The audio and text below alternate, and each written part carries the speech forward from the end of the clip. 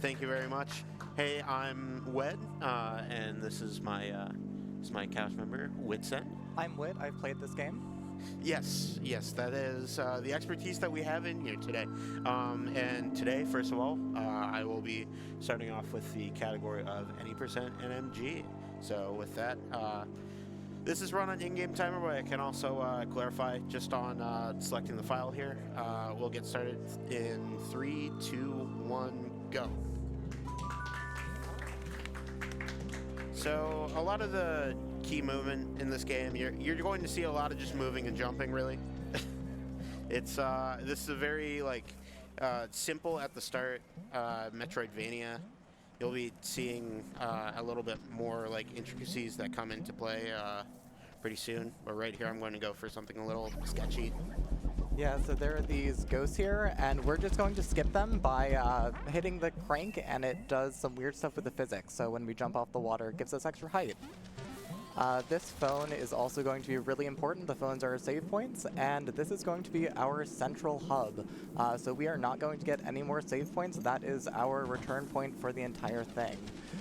The way that this game works, there are 4 different flames in the kind of 4 corners of the map, and we want to get each of them in order to do any percent. So we've just stolen a frisbee from a dog, and it just wants to play with us. So in a lot of games, we pet the dog. In this game, the dog pets us, so we're kind of running away from it so it doesn't pet us too much. But we really want this frisbee because it allows us to do some really wonky stuff like that. We can ride it when it doesn't really expect us to. Yeah, there's a couple of key features that you're going to be seeing me do with the frisbee throughout this run. All the ones that don't involve a wall tend to be pretty frame precise, while the ones that involve it ricocheting off the wall tend to be a lot more lenient. And we also saw the first use of firecrackers.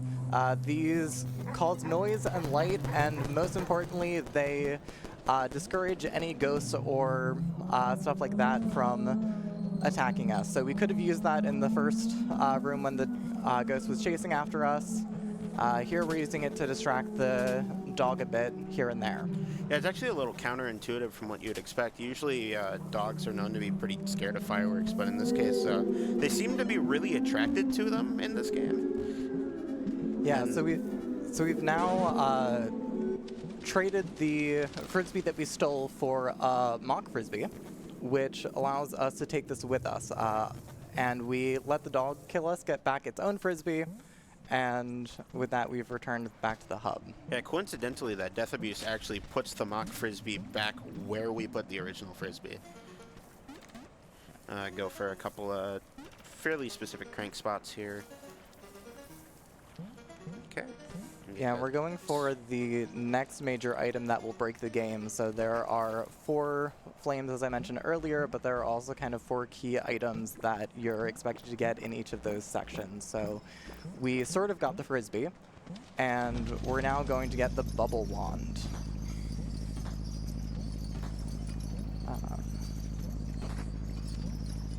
Yeah, from here, there's going to be another damage abuse coming up here off of this frisbee here. I'm going to be going for one of those frisbee jumps. A little bit in the wrong direction, but it's fine.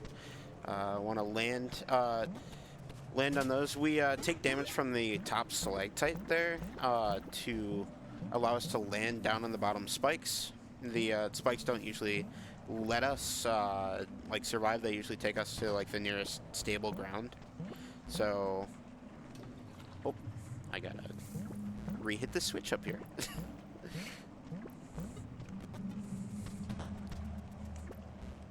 So we mentioned before that we're grabbing 1 save point in this run.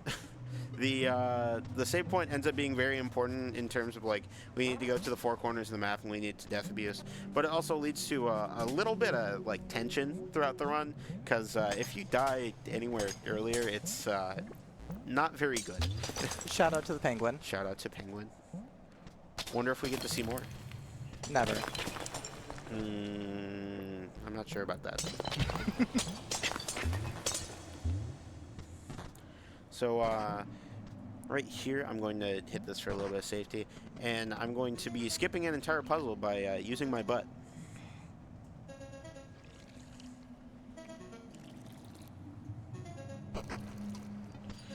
So yeah, that skips like 4 rooms of puzzles or something.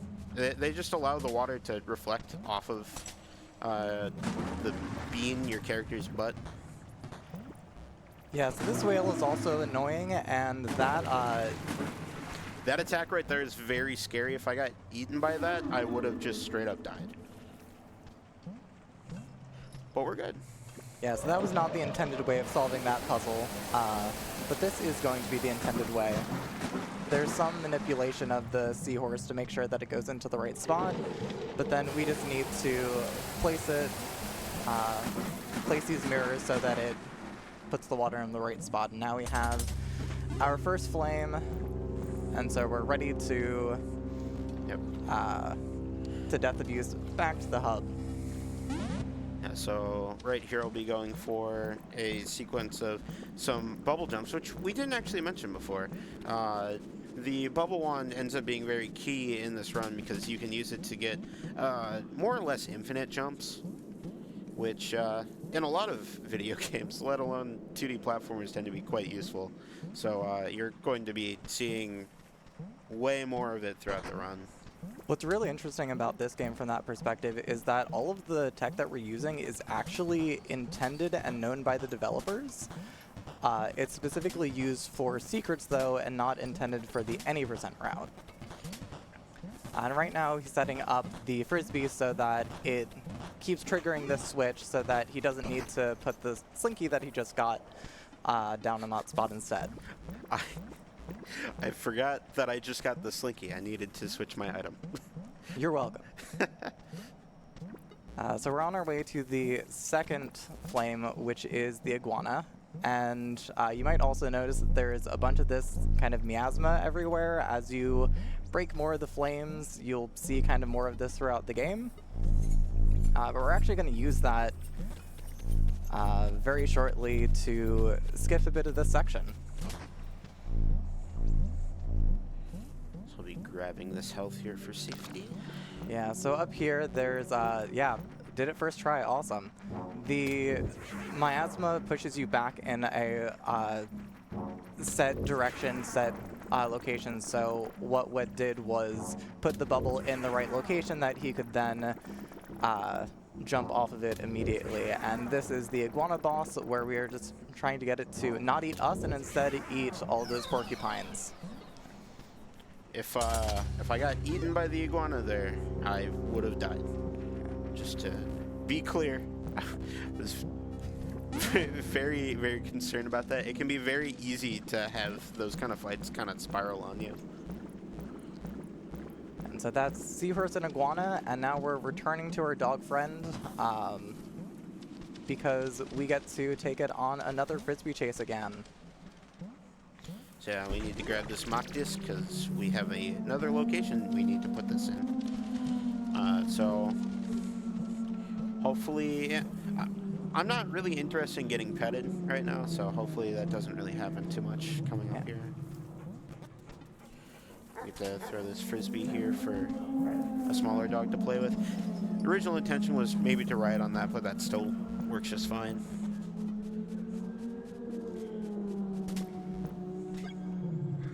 I will need that firecracker for later. It comes into relevance probably a few minutes from now in a kind of unintended way. You guys will get to see.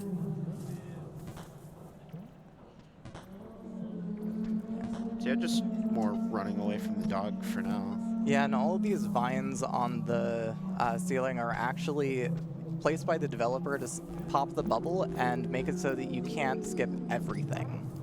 It also stops the frisbee, so Yeah. it can be. Yeah, they're generally placed really well to stop the player from doing anything that they're not supposed to. Not all of them, though. And so now we've got another flame, and so of course we're going to death abuse, right? Oh yeah, of course. Of course not. I mean, the area that we need to go to next happens to actually be a lot closer if we just move along this way instead of death abuse and going back to the start. I'll open that up as a shortcut in case I do die.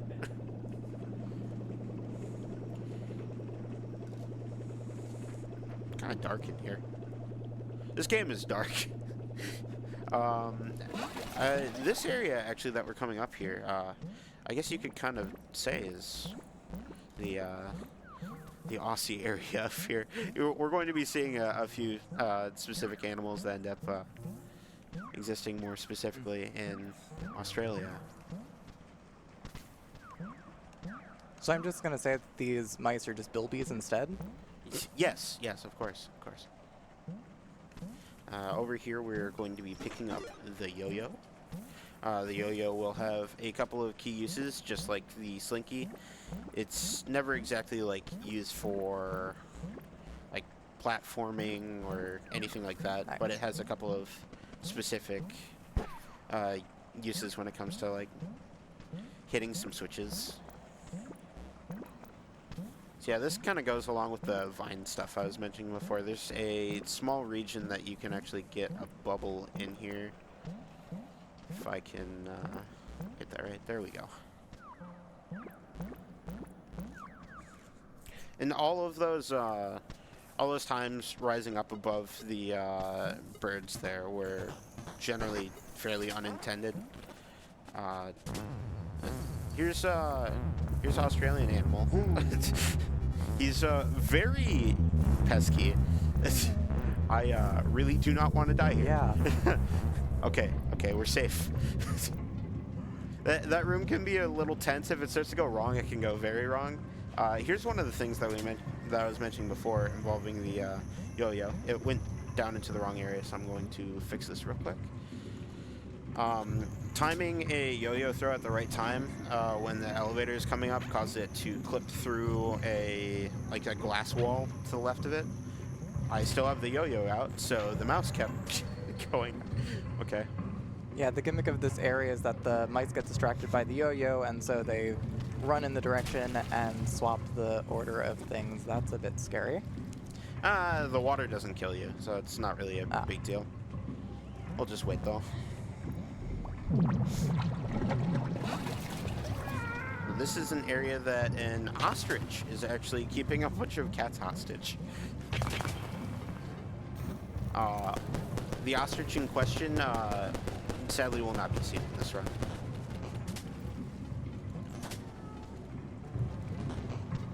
It's a little bit slow to go over there. There's like 3 room transitions or something, so it's not going to be a big deal. One of the nice things that we got the slinky for here, though, is all of these one-way platforms, you can just drop a slinky down on them, and it just goes through the platform. I'll be waiting to have enough room here. It poofs away the slinky if I don't have enough room to drop one down. And here, we have this long sequence here that I'm just going to ignore by dropping a slinky and throwing a yo-yo. The idea was to do some stuff with, the ostrich that I mentioned before, but we don't feel like seeing the ostrich. Yeah. So now we're going to be death abusing here. That was the final flame, by the way, so now we're going to be going on to the final section of the run, go on to the other transition there to open up the final area a little bit faster. From here I'll be going for one more disc ride off of this. Nope. Glad I made sure to have extra space. And this is kind of the final gauntlet where it puts all of the items that you're supposed to have gotten by now to the test. Yeah, so a lot of the key theming of this game is animals, and we're now kind of past that point of animals. Now we have a bunch of monstrosities, for lack of a better term. They're friends. Yeah, I guess they do want to pet you. Yeah. Just like everything else. So. And we've got another friend following us. You might not see them yet. Yeah, it'll be there. Yeah. If you're familiar with Celeste, this is Battleline. We did have Celeste earlier, so. Yeah. So I'll be doing a thing here with a firecracker once again. A couple things here. Okay. the yo-yo was being a little unruly there. So I want to make sure I'm just doing this area correct. Alright. The firework there was to scare away all of these friends so that we were able to shoot down the yo-yo. So go out of bounds and skip like an entire puzzle there, which ends up being, I don't know, a lot faster. I don't have an item here that I'm supposed to have. I forgot to go up and grab it. Getting a little flustered, I guess. Should be fine. Wasn't much I could do there. Yeah, I meant to grab an item up here in the spot that got opened up. Very, very important. So this lantern is going to allow us to move through the miasma that's around. Please don't hurt me. So yeah, now we can go down into this final area here, where we get our final check to make sure that we have all of our items, that being the slinky, the yo-yo, the disc, and the bubble wand. And then we will be on to the final room, really.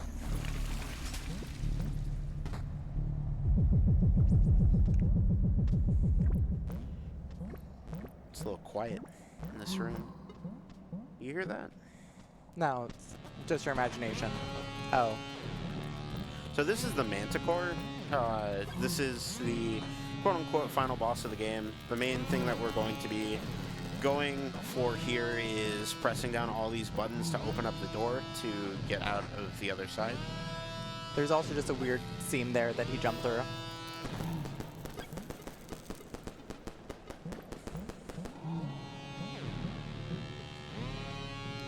Yo-yo here, slinky down on this button. And so I'm throwing a bunch of firecrackers here to stop the Manticore from shooting laser beams. I don't know why they shoot laser beams.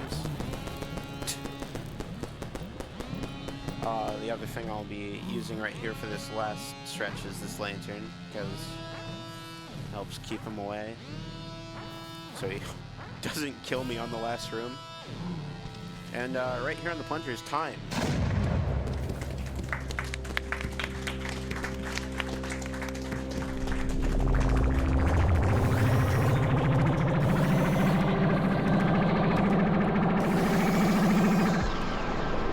Let you guys see that fantastical lighting display there for a moment.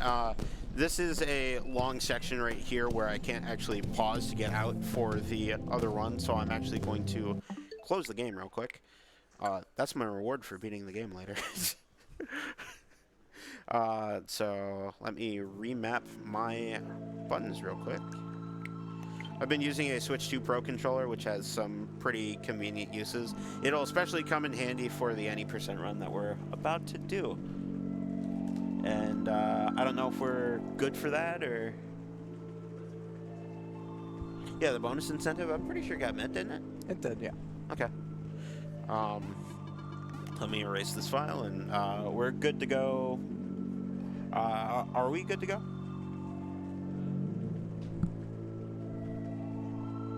While we're setting that up, I'll go through the two donations. Yes, we got a right. $50 donation from Anonymous saying Flavio for Link's name in Twilight Princess, poor Fubble. And $20 from Nico Star saying, well done to Craigle Bagel for that amazing run. Please put this towards Tommy and Snowboard Kids, which actually has now taken the lead. So if you want to get your donations in to change the outcome, you still got a little bit of time for that. And what's the estimate? What's the estimate? The estimate, I believe I put down 10. He's on it. Okay. And I might also mention, while we've got a little bit of time, for the next 24 hours, or a gigabyte, doubling the donations up to $3,000. If you donate $5, they'll give 10. You give $6, they'll give 12, etc., etc., Get your donations in, all for a good cause.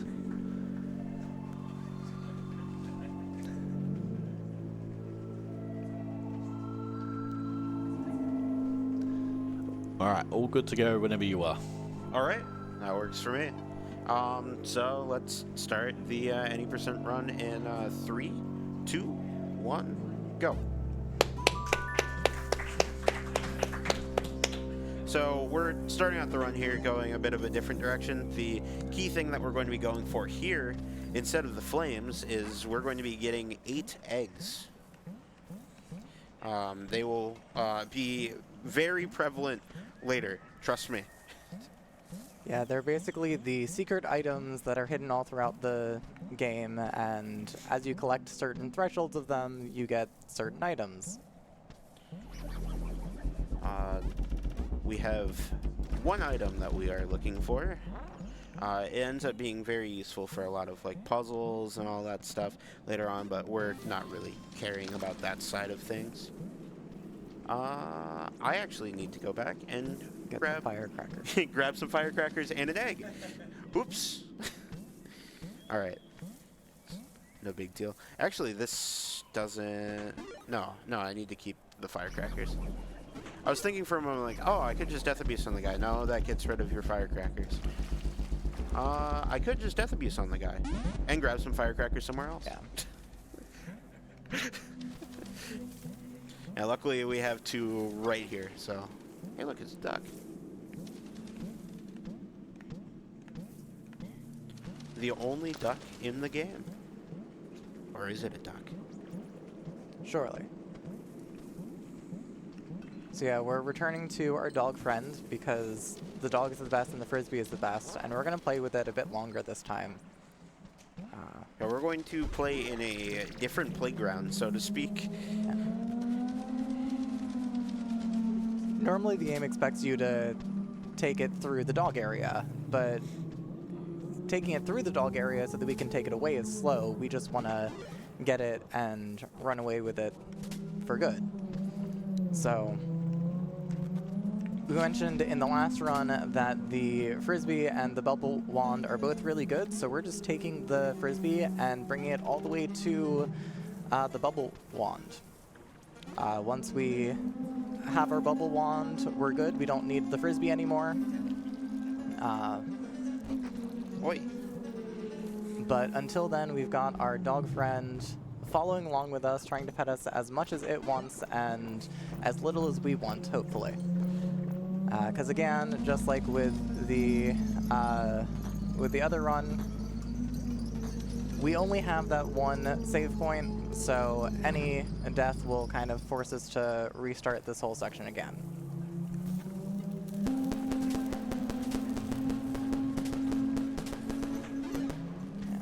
That part there is actually a lot harder than I made it look. And we're going to get the wand a slightly different way, because we're also getting an egg down here. So there's just weird things with how jumping collision works. It's fine. That we were able to jump and not take damage from the spike on the ground when we landed. But with that, we have gotten the bubble wand, so the scary part of the run is over. We're just getting the final eggs and going over to this egg door once we get that last one. Just need to grab this last one up here. You hear the jingle there. That means there's something for me in what is generally known as the peacock room. You might understand why. Yeah, no reason. Door open means we got 8 eggs. And in this chest is something very important. It's a flute. A warp flute. And anytime that we have warping, there are going to be weird things in this game. So he's setting up a warp song while this bubble's in a weird spot and doing some pause warping to wrong warp, which happened first try, which is actually amazing. Yeah, that was a frame perfect trick. That was a frame perfect trick with a 2-frame gap inside of it. I set up all except for the last note of a warp song sat on top of the bubble to offset the X coordinate, or no, the Y coordinate of the direction that I was going to warp. So I had it somewhere that was going to be right above where I was looking to warp to, or right above, yeah, right above where I was looking to warp to. I stored my Y position, which causes you to down warp down to the second to last, or like a secret room right next to the end of the game, allowing you to skip the entirety of everything that I did on the first run. With that, that's Animal Well.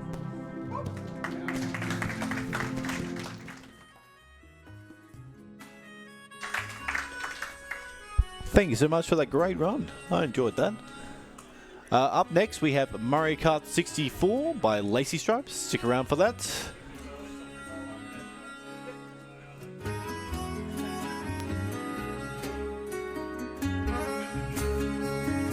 Reminder what we're doing here. Reminder, we are raising money for Game on Cancer. Their activities and how to donate. Go to donate.AusSpeedruns.com. For ASM 2025, we're raising money for Game on Cancer, a charity which funds early career cancer researchers for those working across all areas of cancer research to make this the last generation to die from cancer. If you'd like to donate, you can go to donate.allspeedruns.com.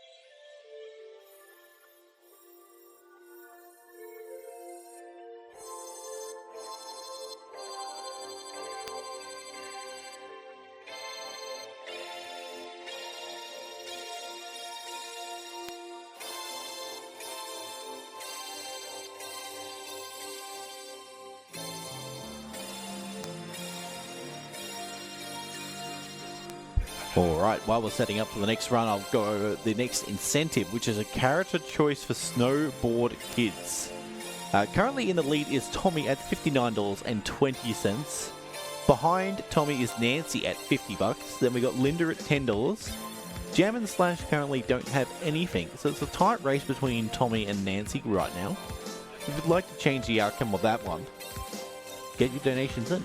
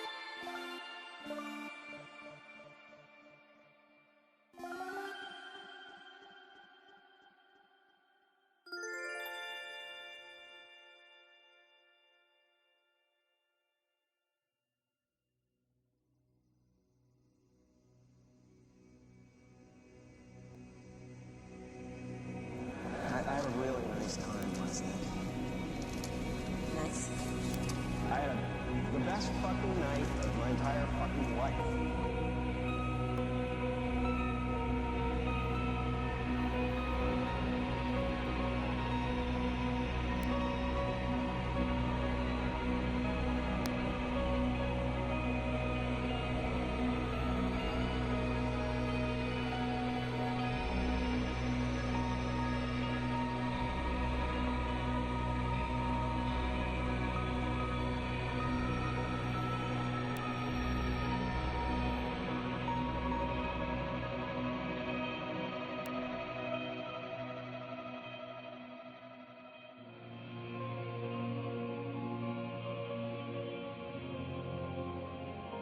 I still thought it would save my life.